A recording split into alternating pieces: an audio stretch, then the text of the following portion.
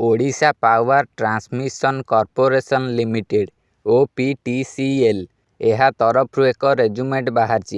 ଏହି ରେଜୁମେଣ୍ଟରେ ଆପ୍ଲାଏ ପାଇଁ ଆପଣଙ୍କୁ କ'ଣ କ'ଣ ଡକୁମେଣ୍ଟ ଦରକାର, କ'ଣ କ'ଣ କ୍ୱାଲିଫିକେସନ୍ ରହିବା ଦରକାର, କ'ଣ କ'ଣ ସବୁ କ୍ରାଇଟେରିଆ ରହିଛି, ଏହା ବିଷୟରେ ମୁଁ ଆପଣମାନଙ୍କୁ ଏବେ କହିବି।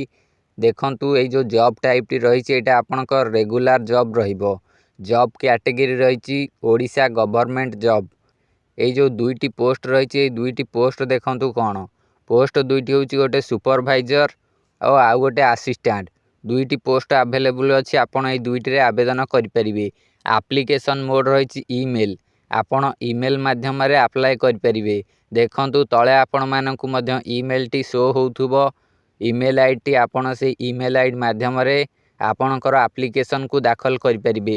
ମୁଁ ଆପଣମାନଙ୍କୁ ଶେଷରେ ମଧ୍ୟ କହିଦେବି ଆପଣ କିପରି ଆବେଦନ କରିବେ। ସେଥିପାଇଁ ଆପଣଙ୍କୁ ଆଗକୁ ଦେଖିବାକୁ ପଡ଼ିବ। ଦେଖନ୍ତୁ, ଏଥିରେ ଅଲ୍ ଓଡ଼ିଶାର କ୍ୟାଣ୍ଡିଡେଟ୍ ଏଇ ରେଜୁମେଣ୍ଟରେ ଆପ୍ଲାଏ କରିପାରିବେ।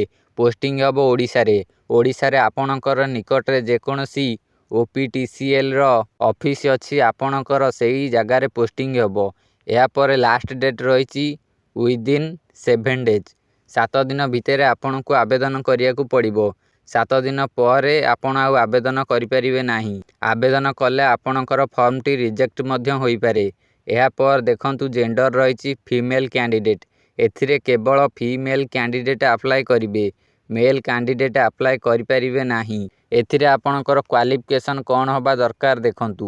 ଏଥିରେ ଦେଖନ୍ତୁ, ଯେଉଁ ସୁପରଭାଇଜର ପୋଷ୍ଟଟି ରହିଛି, ଏହି ସୁପରଭାଇଜର ପୋଷ୍ଟରେ ଆପଣ any graduate with work experience, ଆପଣ ଗ୍ରାଜୁଏଟ୍ ହୋଇଥିବା ଦରକାର ଓ ଆପଣଙ୍କର ୱାର୍କ ଏକ୍ସପେରିଏନ୍ସ ରହିଥିବା ଦରକାର। ଯଦି ଆପଣ ଗ୍ରାଜୁଏଟ୍ ହୋଇଛନ୍ତି, ଏକ୍ସପେରିଏନ୍ସ ଅଛି, ତେବେ ଆପଣ ସୁପରଭାଇଜର ପୋଷ୍ଟ ପାଇଁ ଆପ୍ଲାଏ କରିପାରିବେ।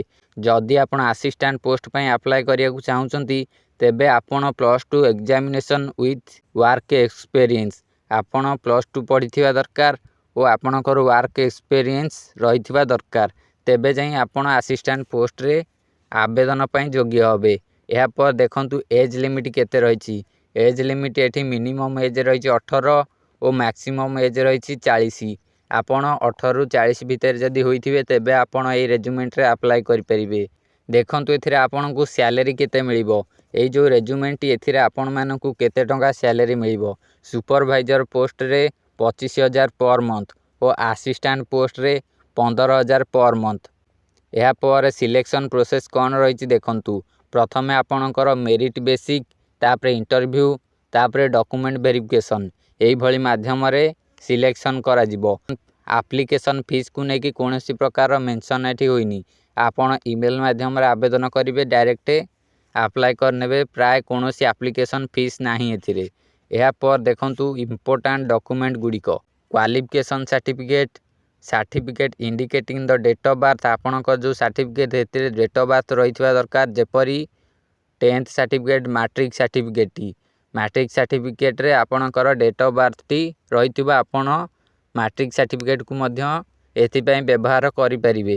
ଏହାପରେ 2 recent colour passport size photo, 2ଟି କଲର୍ ପାସପୋର୍ଟ ସାଇଜ୍ର ଫଟୋ ଦରକାର ପଡ଼ିବ। ଏହାପରେ ଇଣ୍ଟର୍ନସିପ୍ ସାର୍ଟିଫିକେଟ୍ ଓ ରେଜିଷ୍ଟ୍ରେସନ୍ ସାର୍ଟିଫିକେଟ୍ ୱିଥ୍ ଭ୍ୟାଲିଡେସନ୍ ଓ କାଷ୍ଟ ସାର୍ଟିଫିକେଟ୍, ଆଉ ଏନି ଏକ୍ସପେରିଏନ୍ସ ସାର୍ଟିଫିକେଟ୍, ଆପଣଙ୍କ ପାଖରେ ଯେକୌଣସି ଏକ୍ସପେରିଏନ୍ସ ରହିଛି ତା'ର ସାର୍ଟିଫିକେଟ୍କୁ ମଧ୍ୟ ଆପଣ ଦେଇପାରିବେ। ଏହାପରେ ଦେଖନ୍ତୁ, ଆପ୍ଲାଏ ଡେଟ୍ ତ ଅଲରେଡ଼ି ଷ୍ଟାର୍ଟ ହୋଇସାରିଲାଣି। ଏହାର ଲାଷ୍ଟ ଡେଟ୍ ରହିଛି ୱିଦିନ୍ 7 ଡେଜ୍। 7 ଡେଜ୍ ଭିତରେ ଆପଣମାନଙ୍କୁ ଆବେଦନ କରିବାକୁ ପଡ଼ିବ। ଦେଖନ୍ତୁ, ଏବେ ଆପଣ କିପରି ଆବେଦନ କରିବେ। ଦେଖନ୍ତୁ, ଏଇ ଯେଉଁ ମେଲ୍ ଆଇଡ଼ି ଏଠି ଦିଆହେଇଛି, ଇମେଲ୍ ଆଇଡ଼ି ଅପସନ୍ ଉପରେ କ୍ଲିକ୍ କରିବେ। ଏହାପରେ ଜିମେଲ୍ ଅପସନ୍ ଉପରେ କ୍ଲିକ୍ କରିବେ। ଜିମେଲ୍ ଅପସନ୍ ଉପରେ କ୍ଲିକ୍ କଲା ପରେ ଆପଣଙ୍କର ଏଇଭଳି ଇଣ୍ଟରଫେସ୍ ଆସିବ। ଆପଣଙ୍କୁ ଏଠି ଆପଣଙ୍କର ରେଜ୍ୟୁମ୍କୁ ଆଡ଼୍ କରିବାକୁ ପଡ଼ିବ। ଦେଖନ୍ତୁ, ଏଇ ଉପରେ ଯେଉଁ ଅପସନ୍ ଅଛି, ଉପର ଅପସନ୍ ଉପରେ କ୍ଲିକ୍ କରିବେ। ଆଟାଚ୍ ଫାଇଲ୍ ଅପସନ୍ ଉପରେ କ୍ଲିକ୍ କରିବେ। ଆପଣଙ୍କର ରେଜ୍ୟୁମ୍କୁ ଆଡ଼୍ କରିବେ।